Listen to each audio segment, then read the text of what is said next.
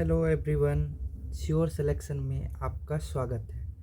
तो पिछली क्लास में देख रहे थे कुतुबुद्दीन ऐबक के बारे में। आज आगे स्टार्ट करते हैं इल्तुतमिश।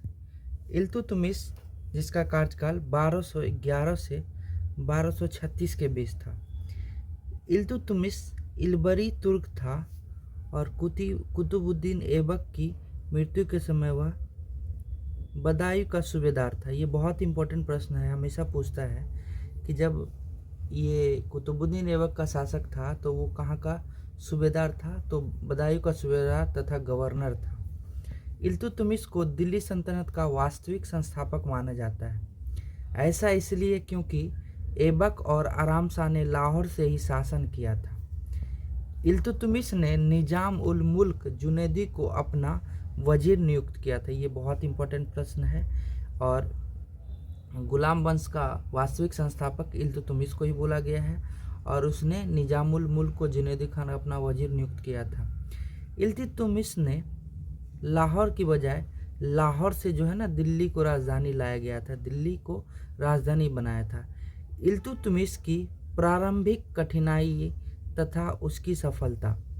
उसने 1226 में रणथंबोर जीत लिया। तत्पश्चात 1227 ईस्वी में परमारों की राजधानी मंदसौर पर अधिकार कर लिया। ये बहुत अच्छा प्रश्न है कि 1226 में किसको जीत लिया? रणथंबोर को जीत लिया और परमारों की राजधानी मंदसौर अधिकार कर लिया। इल्तुतमिश ने 1228 से 1229 ईस्वी में जालोर के शासक उदय सिंह को अधीन करके उन्हें वार्षिक कर देने के लिए बाध्य कर दिया गया। कहाँ का शासक? जालोर का शासक। फिर 1231 में देखते हैं ग्वालियर परिहार नरेश मंगलदेव पर विजय प्राप्त की। इसी विजय के उपलक्ष्य में इल्तुतमिश ने अपनी पुत्री रजिया का नाम चांदी टके पर उत्तीर्ण कराया। ये बहुत इंपॉर्टेंट पॉइंट है कि 1231 में ग्वालियर परिहार नरेश मंगलदेव पर विजय किया और विजय के उपलक्ष्य में अपनी पुत्री रजिया का चांदी टंके पर उत्कीर्ण कराया था। ठीक है, तो उत्कीर्ण कराया था।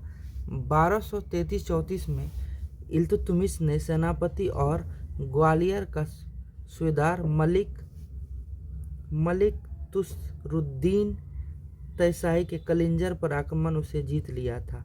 तो उसके सेनापति कौन थे? ग्वालियर के मलिक तुसरुद्दीन। 1234-35 में इल्तुतमिश ने मालवा पर आक्रमण किया और भिलसा और उज्जैन के हिंदू मंदिरों को, जिनमें महाकाल मंदिर मुख्य था, जो कि लूटा। और ये बहुत इंपॉर्टेंट प्रश्न है कि मालवा पर आक्रमण करने के लिए उज्जैन में हिंदू और मंदिरों को लूटा गया था। इल्तुतमिश के व्यक्तित्व एवं कार्यों का मूल्यांकन। इसने सुल्तानगढ़ी का मकबरा बनवाया और भारत में मकबरा का जनक इसे ही बोला गया है, जिसमें निजामुद्दीन महमूद तथा बाद में स्वयं दफनाया गया। शमसी तालाब का भी निर्माण किया गया। किसने? पूछेगा, शमसी तालाब का निर्माण किसने के द्वारा? इल्तुतमिश के द्वारा। इल्तुतमिश ने दरबार में ईरानी फारसी रीति रिवाज और व्यवहारों को प्रारंभ किया। इसी से प्रभावित होकर उसने अपनी पुत्री रजिया को अपना उत्तराधिकारी घोषित किया। उसने लाहौर के स्थान पर दिल्ली को राजधानी बनाया और उसे सुंदर और वैभवपूर्ण बनाया। उसे हजरत ए दिल्ली अर्थात विद्वानों की दिल्ली स्थापना का श्रेय जाता है। दिल्ली राजधानी कौन लाया था? इल्तुतमिश। और इसने सुंदर और वैभवशाली बनाया था और हजरत ए दिल्ली के अर्थात विद्वानों को दिल्ली स्थापना का श्रेय जाता है। सर्वप्रथम इल्तुतमिश ने इक्ता प्रथा का शासन। ये मतलब था कि नगद, ये ना सिपाहियों को वेतन देते थे, ये भूमि अनुदान। तो इक्ता प्रथा कौन लाया? इल्तुतमिश। बार बार पूछा जाता है। और उसे इल्तुतमिश को गुलामों का गुलाम भी कहा गया है। इल्तुतमिश को गुलामों का गुलाम भी कहा गया, इक्ता प्रथा लाने वाला। और इसने तक इल्तुतमिश की प्रारंभिक कठिनाई तथा उसकी सफलता। दिल्ली सुल्तान बनते ही इल्तुतमिश को अनेक कठिनाइयों का सामना करना पड़ा, जिसमें उसे राजपूत विद्रोह, कुबाचा की बढ़ती शक्ति और जालोर, रणथंबोर, ग्वालियर एवं दोआब के सरदारों द्वारा खुली चुनौती दी गई थी। चंगेज खां के नेतृत्व में मंगोल आक्रमण का भय। अतः इन समस्याओं को दूर करने के लिए उसने कई कठोर कदम उठाए जो निम्नलिखित हैं। दिल्ली के अमीरों का दमन। इल्तुतमिश ने सर्वप्रथम दिल्ली के षड्यंत्रकारी अमीरों में कुतुबमुजी तुर्क सरदारों का दमन किया था और सैन्य जागीरदारी को अपने कब्जे में कर लिया। यालदोज का दमन। यालदोज गजनी का शासक था और इल्तुतमिश का मुख्य प्रतिद्वंदी था, जो कि 1215 ईस्वी में खरजुइन शाह से पराजित होकर लाहौर भाग गया। उसने मुइजुद्दीन मोहम्मद गौरी के उत्तराधिकारी के रूप में पंजाब के शासक कुबाचा को भगाकर लाहौर और समस्त पंजाब पर कब्जा कर लिया, बल्कि हिंदुस्तान में मुइजुद्दीन के उत्तराधिकारी द्वारा वर्जित समस्त क्षेत्रों पर अप्रत्यक्ष नियंत्रण की दावेदारी करने लगा। अतः इल्तुतमिश एवं यालदोज के बीच 1215-16 ईस्वी में तराइन के मैदान युद्ध हुआ, जिसमें यालदोज पराजित हुआ और बंदी बनाकर बदायूं भेज दिया गया और बाद में उसकी हत्या कर दी गई। ये बहुत इंपॉर्टेंट है। इल्तुतमिश एवं यालदोज की 1516 में तराइन के मैदान में युद्ध हुआ, जिसमें यालदोज पराजित हुआ और यालदोज को बंदी बना के इसको भेज दिया गया, इसको हत्या कर दिया गया। कुबाचा का दमन। मोहम्मद गौरी ने कुबाचा को उच्च की सूबेदारी प्रदान की थी। उसने अपने राज का विस्तार मुल्तान, सिंध एवं सिंध सागर दोआब तक विस्तृत कर लिया था। 1221 ईस्वी में मंगोल आक्रमणकारी चंगेज खां ख्वारिज्मी शाहजादा जलालुद्दीन मंगबरनी पीछा करते हुए सिंधु नदी तक आ गया और लाहौर में जलालुद्दीन मंगबरनी अपनी स्थिति मजबूत नहीं कर सका और सिंध में कुबाचा की ओर बढ़ा। उसने कुबाचा को हराकर कच्छ पर कब्जा कर लिया। इसी बीच मंगोलों ने भी मुल्तान को घेरे लिया। अतः सिंध में कुबाचा की स्थिति कमजोर पड़ गई और 1224 ईस्वी में जलालुद्दीन मंगबरनी हिंदुस्तान से हट गया। अतः 1228 ईस्वी में चंगेज खां की मृत्यु हो गई। कब हुआ था चंगेज खान की मृत्यु? 1228 ईस्वी में चंगेज खान की मृत्यु हो गई और उसके बाद इल्तुतमिश ने कुबाचा क्षेत्र सिंध भक्खर कूच किया और कुबाचा भागते हुए सिंधु नदी पे डूब मर गए। कौन मर गए? कुबाचा जो था सिंधु नदी के डूब के मर गया था। बंगाल के विद्रोही का दमन। कुतुबुद्दीन ऐबक की मृत्यु के बाद बंगाल के शासक गियासुद्दीन आजम खिलजी ने इल्तुतमिश का अधीनता मानने से इनकार कर दिया। 1225 में इल्तुतमिश ने बंगाल पर आक्रमण के लिए अपने पुत्र तथा अवध के सूबेदार नसरुद्दीन महमूद को भेजा। 1226 ईस्वी में गियासुद्दीन अपनी राजधानी लखनौती में नसरुद्दीन मोहम्मद से लड़ते हुए वीरगति प्राप्त कर गए और 2 वर्ष पश्चात मलिक इख्तियारुद्दीन बल्का खिलजी की स्वतंत्रता घोषित कर दी। 1229 में इल्तुतमिश ने स्वयं जाकर इख्तियारुद्दीन बल्का के विरुद्ध युद्ध कर उसे मार डाला और बंगाल को दिल्ली सल्तनत में मिला लिया। कौन? 1229 में इल्तुतमिश खुद गया वहाँ पे और जाकर इख्तियारुद्दीन को युद्ध में हरा दिया। उसके बाद इसने ना तुर्काने चहलगानी अर्थात 40 अमीरों के दल का गठन किया। इल्तुतमिश ने 40 तुर्क अमीर तथा गुलामों के दल को संगठित किया, जिसे तुर्काने चहलगानी कहा गया या चालीसा दल कहा गया था। इसमें योग और विश्वसनीय और प्रतिभाशाली व्यक्ति थे। इस दल में उसने राजत्व का एक अंग बना लिया।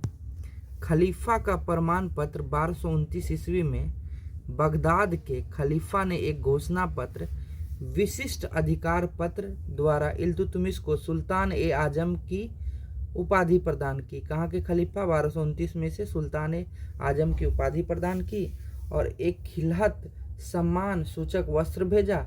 इससे उसकी शक्ति और बढ़ गई।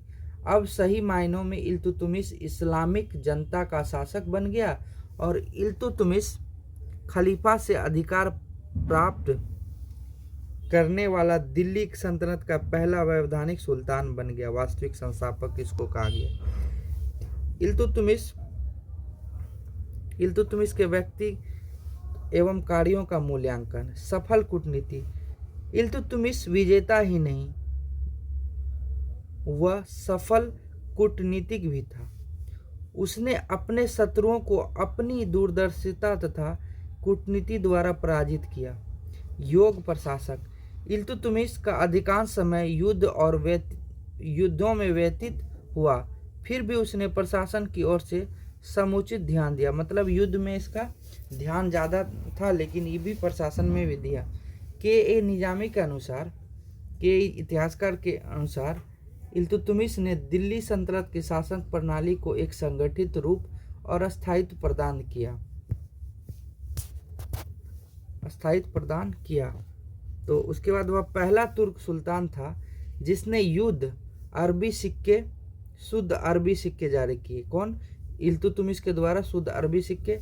सल्तनत युग में दो महत्वपूर्ण जैसे सिक्के, चांदी का टका और तांबे का जीतल, ये बहुत है। टका और जीतल किसने चलाया था? इल्तुतमिश ने एकता प्रथा भी चलाया था।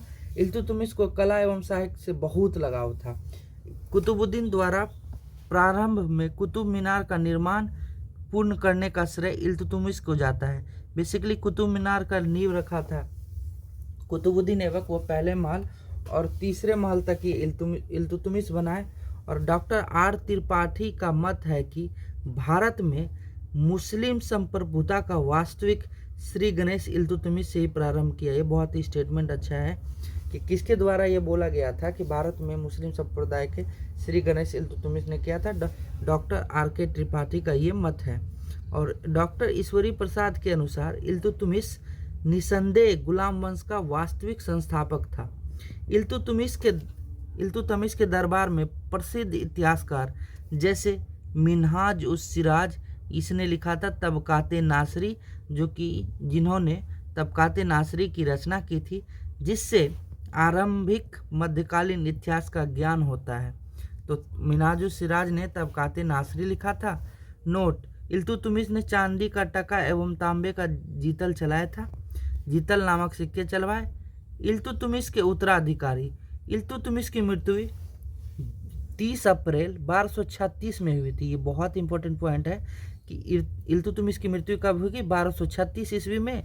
बाद में 1265 तक मध्य तक लगभग 30 वर्षों का इतिहास संघर्ष और अधिकारियों की बढ़ती महत्वाकांक्षाओं का रहा। इन वर्षों में शमसी वंश का 5 शासक सिंहासन पर बैठाए गए और बाद में पदयुक्त करके मार डाले गए। इल्तुतमिश ने अपनी मृत्यु से पूर्व अपनी योग पुत्री रजिया को उत्तराधिकारी नियुक्त किया था, परंतु उसकी मृत्यु के अगले ही दिन अमीरों ने उसके एक अत्यंत विलासी और अयोग्य पुत्र, जिसका नाम था रुकुद्दीन फिरोज शाह, को सुल्तान बना दिया था। किसको बना दिया था? रुकुद्दीन फिरोज शाह सुल्तान बना दिया। और रुकुद्दीन फिरोज शाह के शासनकाल में उसकी माँ शाह तुर्कान, जो एक तुर्क दासी थी, का नियंत्रण था। फिरोज की माँ एक क्रूर और अत्याचारी संरक्षिका थी। शाह तुर्कान ने इल्तुतमिश के परिवार के अन्य व्यक्तियों का दमन प्रारंभ करवा दिया, जिससे असंतोष फैला और विद्रोह प्रारंभ हो गए। राज्य में फैली अराजकता और विद्रोहों का फायदा रजिया ने उठाया। उसने दिल्ली की जनता के सामने लाल वस्त्र पहनकर न्याय मांगा। जनता ने रजिया का समर्थन किया। तत्पश्चात रुकनुद्दीन फिरोज शाह को बंदी बना लिया गया और रजिया दिल्ली की गद्दी पर बैठी, सत्तासीन हो गई। इस घटना के मुख्य विशेषता यही रही कि पहली बार उत्तराधिकारी के मामले में जन समूह का निर्णय लिया और रजिया सुल्तान गद्दी पे बैठी और पहली महिला शासक बनी रजिया सुल्तान, जिसका कार्यकाल 1236 से 1240 तक रहा। इल्तुतमिश ने अपने जीवन काल में ही अपनी सुयोग पुत्री रजिया को अपना उत्तराधिकारी घोषित कर दिया था। 1236 ईस्वी में सत्ता पर बैठने के बाद रजिया ने सर्वप्रथम विद्रोहियों का दमन किया। रजिया जो था पर्दा त्याग कर पुरुषों के भांति कुब्बा, कोट और कुल्हा टोपी पहनकर जनता के सामने आने लगी। इसने इक्ताओं उक्ताओं को फेरबदल करके अपने हिसाब से नियुक्तों की एक आईबीसी न्यायी दास जमालउद्दीन याकूत को उसे आमिर ए आखुर जो कि असुसाला का था और नियुक्त किया गया। बहुत इंपॉर्टेंट प्रश्न है कि आमिर ए आखुर किससे संबंधित था? तो ये असुसाला था जिसने रजिया सुल्तान ने नियुक्त किए। इन नियुक्तों से खफा उसके एक अमीर अल्तुनिया जिसे रजिया ने तबर हिंद भटिंडा का इक्तादार नियुक्त किया था ने विद्रोह कर लिया। मतलब रजिया सुल्तान ने उसको भटिंडा का एक इक्तादार नियुक्त किया था, अल्तुनिया ने उसके विरोध कर दिया, जिसमें अमीर वर्ग उसका साथ दिया। हालांकि बाद में रजिया ने अल्तुनिया को अपने साथ मिलाने के लिए उससे शादी कर लिया था। किससे कर लिया था? अल्तुनिया से शादी कर लिया था। निजाम उल मुल्क जुनैदी इल्तुतमिश का वजीर था, जो कि प्रधानमंत्री ने तुर्क अमीरों के साथ मिलकर रजिया के विरुद्ध विद्रोह कर दिया। रजिया ने रणथंबोर पर आक्रमण कर राजपूतों पर नियंत्रण स्थापित कर लिया और 1240 में लाहौर के इख्तियार सूबेदार कबीर खान ने रजिया के विरुद्ध विद्रोह कर लिया। कब किया था? 1240 में किसने विद्रोह किया दिया था? तो कबीर खान ने। रजिया जब अमीरों के विद्रोह का दमन करने राजधानी से बाहर निकली, तभी जमालउद्दीन याकूब को तुर्क अमीरों ने मारकर राजधानी में मुइजुद्दीन बहराम शाह को गद्दी पर बैठा दिया। ऐसा माना जाता है कि जब रजिया अल्तुनिया के साथ राजधानी वापस लौट रही थी, तभी रास्ते में कुछ षड्यंत्रकारी डाकुओं ने उसकी हत्या कर दी 1240 में। और रजिया ने अपने सिक्कों पर उम्दत उल निस्वा का विरुद्ध धारण किया था। कौन सा? ये बहुत इंपॉर्टेंट प्रश्न है कि रजिया ने अपने सिक्कों पर कौन सा? उम्दत उल निस्वा का विरुद्ध धारण किया था। इतिहासकार मिन्हाजुल सिराज के अनुसार रजिया ने 3 वर्ष 5 माह 6 दिन शासन किया था। वह अत्यंत सफल शासिका थी, जिसने रुकुद्दीन फिरोज शाह के समय बिगड़ी स्थिति को संभाला। उसके बाद ठट्ठा के न्यायुद्दीन गद्दी पे हली। रजिया ने स्त्री होकर भी स्त्री होने का किसी दुर्बलता का परिचय नहीं दिया। वह योग शिक्षित, दयालु और कर्तव्य परायण, साहसी, कुशल सैनिक और योग सेनापति थी। वह कौशल युक्त और राजनीतिक में भी ऐसा माना जाता है कि रजिया के पतन में उसका स्त्री होना बहुत उत्तरदायी था। ये किसने कहा था? मिन्हाज और सिराज ने बोला था कि रजिया का एक महिला होना बहुत, इसके लिए लिखता है भाग ने उस पुरुष नहीं, ये लिखता है, कौन लिखता है? मिन्हाज और सिराज ने लिखता है कि भाग ने उसे पुरुष नहीं बनाया, वरना उसे समस्त गुण उसके लिए लाभप्रद हो सकते थे। रजिया में वे सभी प्रशंसनीय गुण थे जो एक सुल्तान में होनी चाहिए। एलिफेस्टन के अनुसार यदि रजिया स्त्री ना होती तो उसका नाम भारत के महान शासकों में लिया जाता। ये बहुत इंपॉर्टेंट प्रश्न है कि ये पूछेगा कि यदि रजिया स्त्री नहीं होती तो उसका नाम भारत, तो किसने कहा था? एलिफेस्टन ने बोला था कि अगर रजिया स्त्री ना होती तो उसका भारत में महान शासक। प्रोफेसर ए के निजामी के अनुसार इस बात से इनकार नहीं किया जा सकता है कि इल्तुतमिश के उत्तराधिकारियों में वे सबसे श्रेष्ठ है। मतलब ये सबसे श्रेष्ठ माना जाता है। रजिया के बाद शासन 1240 में रजिया की मृत्यु के बाद मुइजुद्दीन बहराम शाह शासक बना। अमीरों की बढ़ती महत्वाकांक्षा ने 2 वर्ष के बाद 1242 ईस्वी में उसकी हत्या करवा दी। मुइजुद्दीन बहराम शाह अपने कार्यकाल में एक नए पद नायाब अथवा नायाब ए मुमलिकात का सृजन किया, जो संपूर्ण अधिकारों को स्वामी होता था। सर्वप्रथम नायाब का पद मालिक इतगिन को दे दिया। किसको दे दिया? इतगिन को दे दिया। बहराम शाह के काल में प्रथम मंगोल आक्रमण तौर बहादुर के नेतृत्व में 1241 में लाहौर पर हुआ था। 1242 में जब बहराम शाह की हत्या के बाद अमीरों ने अलाउद्दीन महमूद शाह को सुल्तान बनाया, इसके काल में बलबन नामक एक अमीर अत्यधिक शक्तिशाली हो गया। उसने अन्य अमीरों की सहायता से 4 वर्ष 1246 ईस्वी में मसूद शाह को बंदी बनाकर इल्तुतमिश के पौत्र नसरुद्दीन यानी उसके पोता को 1246 से 1265 सुल्तान बनाया। उसके बाद सुल्तान नसरुद्दीन मोहम्मद धर्म परायण और सच्चरित्र था, परंतु वह नामात्र का शासक था। मतलब एक कठपुतली शासक कौन बनाया था? उसने शासनकाल के कार्य को बलबन को सौंप दिया था और स्वयं तुर्की का अधिकारों को आज्ञा के बिना कोई कार्य नहीं करता था। मतलब वो बलबन भी तुर्काने चलगानी का ही सदस्य था। उसकी योग्यता से प्रभावित होकर सुल्तान नसरुद्दीन मोहम्मद ने उसे नायाब ए मुमालिकात पद का प्रदान कर दिया, जिसे उलुग खान की उपाधि दी गई तथा उसने सुल्तान को अपनी पुत्री का विवाह कर दिया। 1253 में इमादुद्दीन रेहान ने भारतीय मुसलमान का नेता बलबन को हटाकर खुद नायाब पद प्राप्त किया। बलबन ने पहले झांसी फिर नागौर झांसी फिर नागौर भेजा। नसरुद्दीन का दरबारी कवि ये मिन्हाजुल सिराज था, जो काजी तथा मनसद हुकूमत सर्वोच्च न्यायाधीश था भी बना। इसकी रचना तबकाते नासरी। नसरुद्दीन के समय मंगोल नेता हलाकू ने लाहौर पर अधिकार कर लिया। कौन सा? हलाकू ने। 1265 ईस्वी में सुल्तान नसरुद्दीन मोहम्मद की मृत्यु तारीख मुबारक शाही के अनुसार के उपरांत बलबन दिल्ली का सल्तनत का सुल्तान बना। कुछ इतिहासकारों का मत है कि स्वयं बलबन ने सुल्तान को जहर देकर उसकी हत्या कर दी और सुल्तान बन गया। और ये यहाँ तक रहा। अगले क्लास में देखते हैं बलबन का इतिहास। तब तक के लिए धन्यवाद।